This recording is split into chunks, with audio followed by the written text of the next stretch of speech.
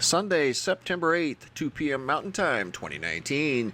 Guys, in this video, we're going up to the Arctic Circle for the first time in recorded history. Article dated September the 4th, 2019. Alaska's sea ice has completely melted for the first time. Not only in Alaska, but over in Iceland, a glacier has completely disappeared for the first time. In fact, they put a plaque over here in Iceland where the glacier used to be. Greenland's ice sheet has been melting now for a few years, and we're talking about up here. We're using Google Earth for presentation purposes, up here inside the Arctic Circle. Apparently this year, like I said, for the first time ever, the ice has melted away from the Alaskan coastline 150 miles out. That's apparently never happened before, but it's happened this year. I went to Zoom Earth, and this was as close as I could get. September the 4th, 2019. You're looking at the north shores of Alaska inside the Arctic Circle, and it does indeed look like there's an absence of ice. So once again, that's never happened in at least our generation or recorded history.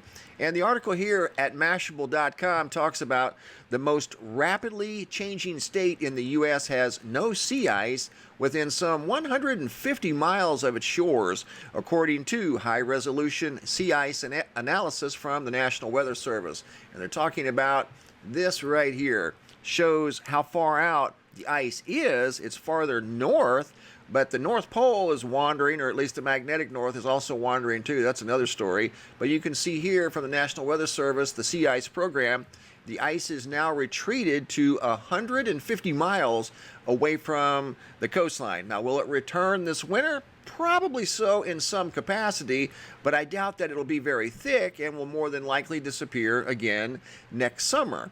I'm wondering if possibly, just possibly, these higher UV readings that we have been measuring for 3 years, and this reading here you're looking at is from Abbotsford, British Columbia, which is in southern British Columbia. In fact, I'll take you to where that reading's from. That's a very high reading for this part of the world. Abbotsford sits right in, let's see, right in here. This is Abbotsford. That's where that very high UV reading came from that I just showed you, 14.4. Up in that area, it should never be above really 7.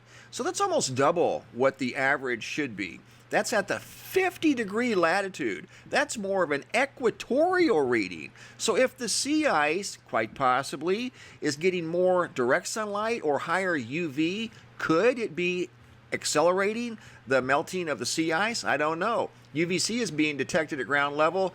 This is our Team UV member, Kevin, from Knoll, Missouri.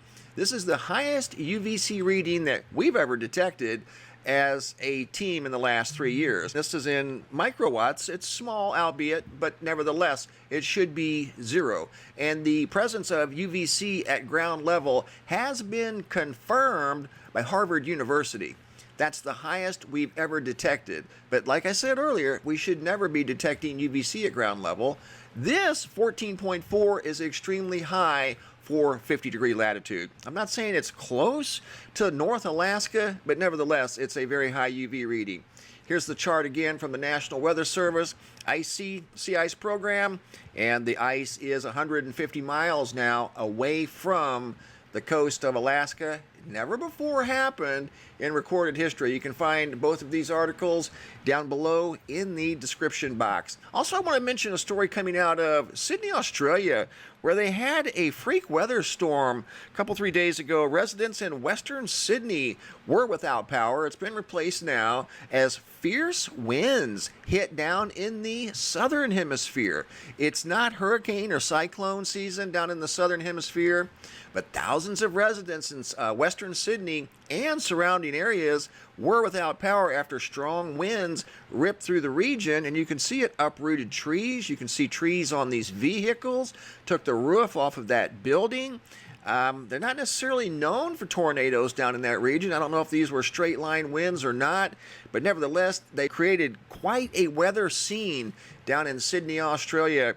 and that was earlier in this week. Also in this video, I have some new sky phenomena photos to share with you guys. Here's some of the many pictures that I've received over the last few days. Kevin R. from Denver noticed an ominous looking storm cloud going over Denver. There's a small video he took of that same picture I just showed you.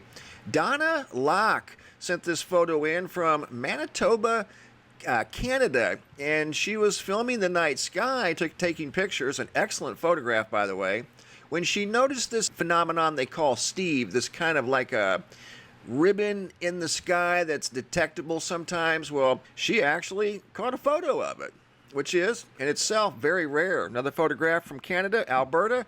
Tim, what looked like window louvers in the sky. Southwest Iowa, Brian, big triangle up in the sky there during a thunderstorm. Sunset, Kevin W. That is absolutely spectacular. Great job, guys. Hamburg, Pennsylvania, Bradley of another very colorful sunset. More what look like louvers or roll clouds up in the sky. Photo by Paul S.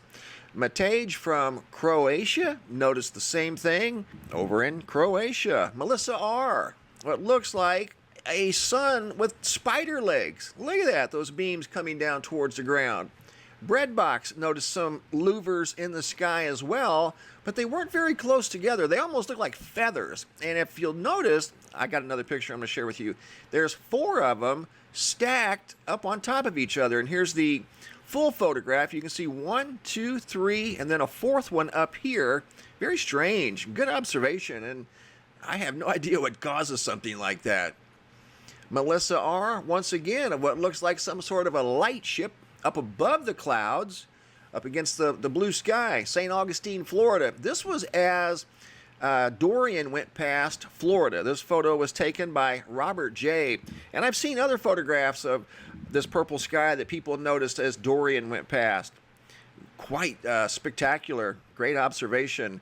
Mount Pleasant, Pennsylvania, photo by Jake and Dawn. In fact, the next 3 are of a very low-riding thunderstorm cloud. Almost looks like you could reach up and touch that thing.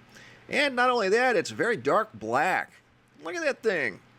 Great observation. Another storm photograph. This one's out of Fort Lupton, Colorado.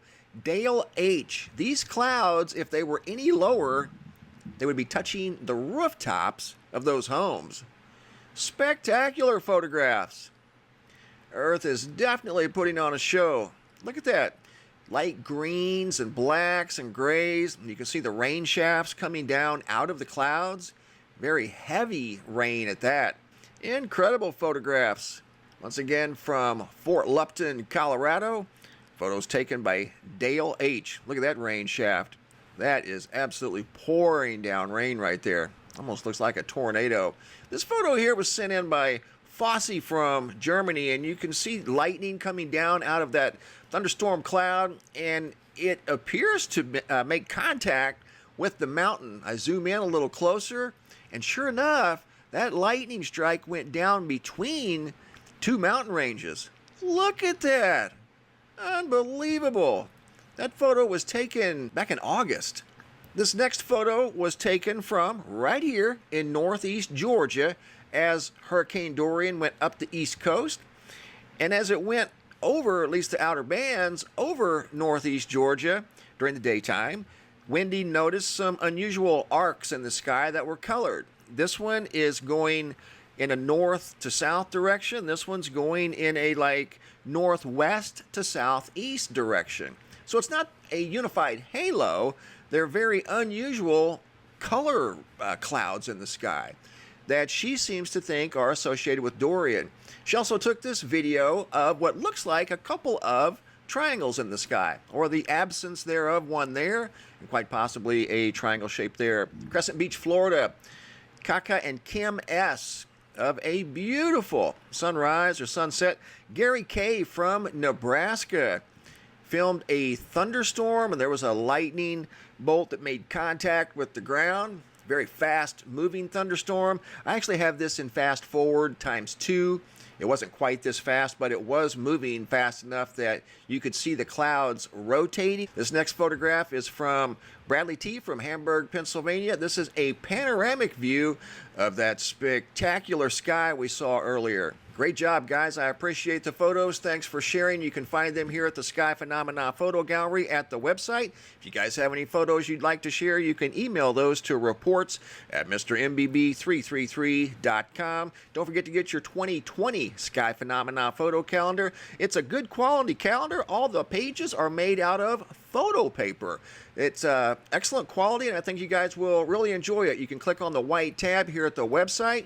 It will take you to a landing page where you can order your 2020 Sky Phenomena Photo Calendar, and they'll mail it directly to your home. And like I said earlier, it's a very good quality calendar. Once again, the ice has retreated 150 miles away from the northern Alaska shoreline for the first time in recorded history. Thanks for watching, guys. Have a super day and be safe out there.